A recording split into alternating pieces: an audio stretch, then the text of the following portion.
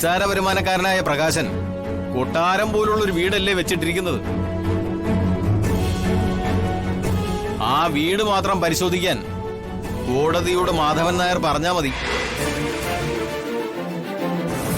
മാധവനെ പറ്റിച്ചാണ് പ്രകാശൻ പണമുണ്ടാക്കിയതെന്ന് കോടതിക്ക് ബോധ്യമാകും. അതുകൊണ്ട് പ്രകാശന് അച്ഛനെതിരെ വാദിക്കാൻ വകുപ്പില്ല.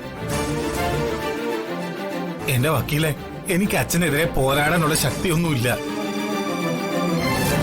എങ്ങനെയും ഈ കേസിൽ തന്നെ ഒന്ന് ഊരിത്താ വക്കീലെ. എന്റെ പേര് പ്രതിസ്ഥാനത്തൊന്ന് നീക്കം ചെയ്യ് വക്കീലെ.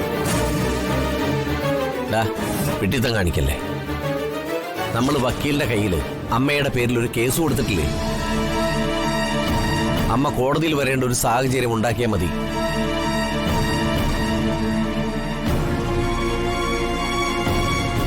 അമ്മാവൻ അശോകവർമ്മ കൈയടക്കി വെച്ചിരിക്കുന്ന സ്വത്തെല്ലാം മക്കൾക്ക് വിട്ടുകൊടുക്കണമെന്ന് അമ്മ ആവശ്യപ്പെട്ടാൽ കോടിക്കണക്കിന് രൂപയുടെ സ്വത്തുക്കള് നമുക്ക് കിട്ടില്ലേ? കോടികൾ നമുക്ക് കിട്ടിക്കഴിഞ്ഞാൽ അച്ഛൻ അഥവാ എന്തെങ്കിലും നക്കാപ്പിച്ച് ആവശ്യപ്പെട്ടാൽ തന്നെ ആ പണത്തിന്റെ ഇരട്ടി അങ്ങ് കെട്ടിവെച്ചൂടെ? എന്തു പറയുന്നു വക്കീലെ? ആഹാ, അതിന് സാധ്യതയില്ലാതില്ല. പക്ഷെ അതിനു മുൻപ് രണ്ടുപേരും ഓരോ ലക്ഷം രൂപ വീതം എനിക്ക് ഫീസ് തരണം.